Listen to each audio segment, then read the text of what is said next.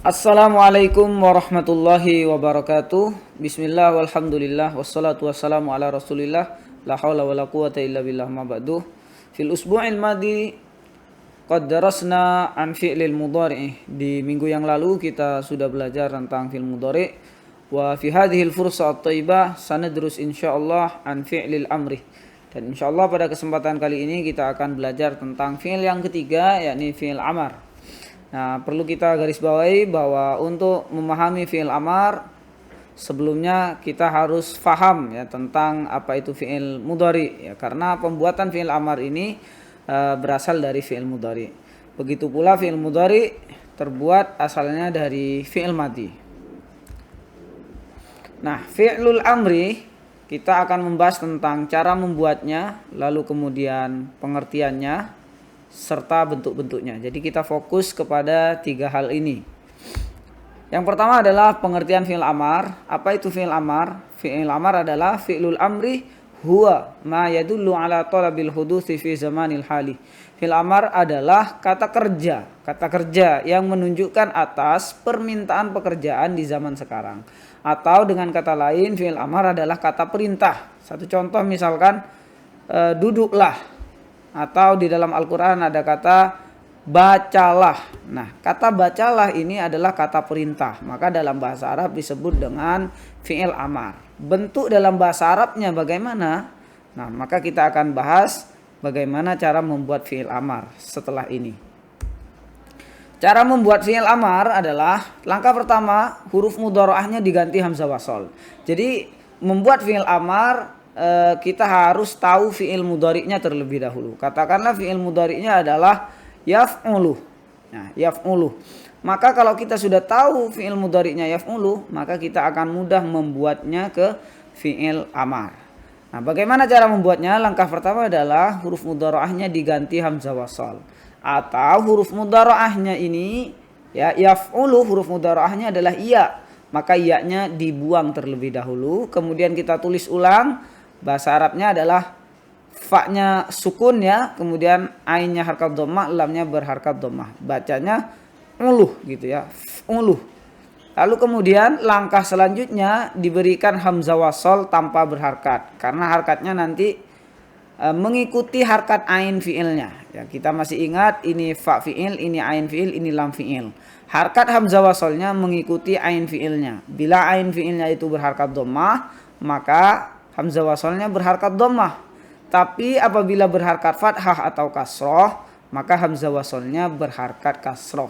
Karena tidak ada hamzah wasol fi'il amar itu berharkat fathah. Maka tulis ulang begini. Selanjutnya langkah yang terakhir ya. Harkat hamzah wasol fi'il amar mengikuti harkat ain fi'il pada fi'il mudhari'nya. Nah, yang terakhir ini adalah sukunkan huruf lam fi'ilnya. Jadi yang asalnya uluh, maka elunya ini diganti dengan sukun, maka ul gitu ya. Kemudian harkat hamzah wasolnya ini dhammah karena mengikuti ain fiilnya, maka menjadilah kata uf'ul. Maka kata uf'ul ini disebut dengan fi'il amar. Selanjutnya kemudian kita bahas tentang contoh membuat fi'il amar. Contohnya adalah di sini ada kata atau fi'il mudhari berupa yadribu. Maka bagaimana cara membuat fi'il mudhari yadribuh menjadi fi'il amar? Caranya sama. Langkah pertama adalah buang huruf mudhari'ahnya berupa ya, kemudian tulis ulang tanpa dirubah harkatnya sama sekali. Kemudian langkah yang selanjutnya, hamzah wasolnya mengikuti ain fi'ilnya, harkat ain fi'ilnya. Bila kasroh atau fathah, maka hamzah wasolnya dikasih harkat kasroh. Maka yang terakhir, langkah terakhir, ba-nya yang awalnya berharkat dhammah di fi'il mudhari'nya, maka kemudian diharkati kasroh. Maka yang asalnya idribuh harus dibaca idrib, karena fi'il amar itu identik dengan harkat sukun di lam fi'ilnya. Maka idrib ini adalah fi'il amar dari fi'il mudhari' yadribuh. Jadi kalau kita mengetahui fi'il amarnya, otomatis kita dapat mengetahui fi'il mudhari'nya. Kalau kita dapat mengetahui fi'il mudhari'nya, kita akan dapat mengetahui fi'il amarnya. Jadi ada kesinambungan antara fi'il amar dan fi'il mudhari. Apa bedanya fi'il mudhari dan fi'il amar, Ustadz? Beda Artinya kalau yadribuh ini memiliki arti dia laki-laki sedang memukul, tapi kalau idrib kata perintah, jadi sedang memukul menjadi pukullah ya, jadi kata perintah. Selanjutnya kemudian bagaimana kata ya'lamu? Fi'il mudhari'nya adalah ya'lamu. Fi'il mudhari' ya'lamu. Maka sama seperti cara yang di awal, buang huruf mudhara'ahnya, ditulis ulang pada fi'il mudhari'nya, ain fi'il, fa fi'il, ain fi'il dan lam fi'ilnya ditulis ulang, harkatnya sama. Lalu kemudian langkah yang terakhir, hamzah wasol itu diharkati kasroh. Kenapa? Karena ain fi'ilnya berharkat fathah. Nah, kalau berharkat fathah atau kasroh maka hamzah wasolnya berharkat kasroh. Lalu langkah yang terakhir adalah lam fiilnya atau harkat terakhirnya itu atau huruf terakhirnya itu berharkat sukun.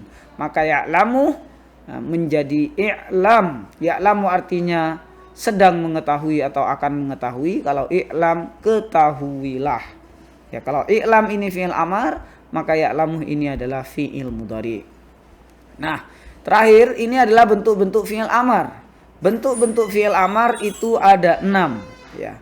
Berbeda dengan bentuk-bentuk fi'il madhi dan fi'il mudhari. Kalau fi'il madhi dan fi'il mudhari bentuknya ada 12 ya. Ada 14, mohon maaf, ada 14 di mana isim dhamir itu ada 14, huwa huma hum sampai nahnu itu ada 14, maka khusus fi'il amar ini hanya ada 6 sebab fi'il amar itu adalah kata perintah. Maka kalau kata perintah pasti yang diperintah itu adalah orang kedua ya, kamu, kemudian kalian berdua, kemudian kalian laki-laki ataupun kalian perempuan, kamu laki-laki atau kamu perempuan, kalian berdua laki-laki ataupun kalian berdua perempuan. Karena orang kedua dalam bahasa Arab itu ada 6, berbeda dengan dengan bahasa Inggris yang semuanya identik dengan you. Mau kamu laki-laki, kamu perempuan, kalian berdua laki-laki pasti dengan you. Nah, tapi kalau bahasa Arab itu sampai ada 6. Ini kita pelajari anta, antuma, antum, anti, antuma, antunna. Bagaimana ketika kita sudah mengetahui fi'il amar cara merubah fi'il amar ya, itu fi'il amar yang pertama itu adalah berdhamir antah. Berdhamir antah. Uf'ul, katakanlah uf'ul. Idrib itu adalah berdhamir antah. Jadi yang berdhamir antah itu untuk kamu laki-laki satu orang itu biasanya fi'il amarnya itu berharkat sukun. Bagaimana kalau anta dirubah menjadi antuma laki-laki atau antuma perempuan, itu sama. Hanya lam fi'ilnya itu dirubah harkatnya yang awalnya sukun menjadi fathah. Kemudian ditambahkan alif. Jadi kalau uf'ul menjadi uf'ula.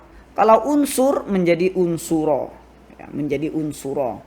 Kalau unsur artinya tolonglah kamu satu laki-laki. Kalau unsuro tolonglah kamu berdua laki-laki. Atau tolonglah kalian berdua perempuan, sama saja. Bagaimana kalau untuk kalian laki-laki? Kalau kalian laki-laki lebih dari 2 orang, maka uf'ul ditambahkan waw sukun maka menjadi uf'ulu. Kalau unsur menjadi unsuru. Jadi lam fi'ilnya ini harkatnya yang awalnya sukun dirubah menjadi dhammah dan kemudian ditambah waw sukun ditambah alif. Maka unsur menjadi unsuru. Kalau dirubah menjadi anti maka menambahkan i di belakang. Atau harkat lam fi'ilnya yang awalnya sukun kemudian diharkati kasroh ditambahkan ya sukun. Jadi uf'ul menjadi uf'uli. Unsur menjadi unsuri. Nah, yang terakhir adalah yang keenam, dhamir antunnah. Kalau dhamir antunnah ini sama dengan dhamir antah, uf'ul ya, sama uf'ul tetap sukun tapi hanya menambahkan nah pendek di setelah lam fi'ilnya. Jadi uf'ul menjadi uf'ulnah. Uf'ul memiliki arti tolonglah kamu satu laki-laki, tapi kalau uf'ulnah tolonglah kalian perempuan. Nah, kalian perempuan berarti banyak, minta tolong kata perintah untuk banyak orang tapi untuk perempuan.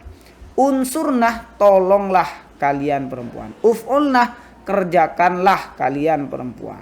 Nah, begitu kira-kira iktafaituhuna kalami. nakhtatim liqa'ana bi qiraati alhamdulillah wa akhiru da'wana anil hamdulillahi rabbil alamin. Wassalamualaikum warahmatullahi wabarakatuh.